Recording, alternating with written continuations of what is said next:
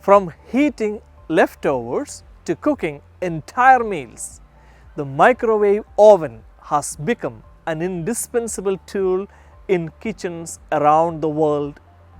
This groundbreaking innovation paved the way for a new era of convenience cooking.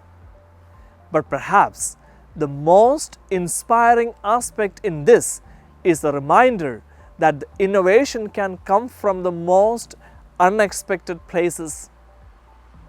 It all started when a Raytheon engineer, Percy Spencer, was testing a military-grade magnetron and suddenly realized that a chocolate bar he had in his pocket melted.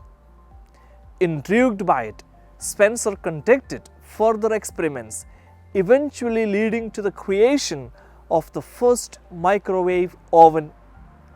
Microwave was patented in 1945.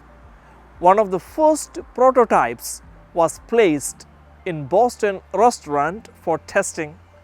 The first commercially available microwave oven appeared in 1947.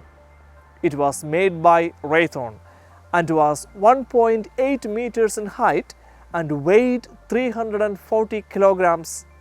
Percy Spencer's accidental discovery not only changed the way we cook, but it also serves as a reminder to stay curious and open to new possibilities always.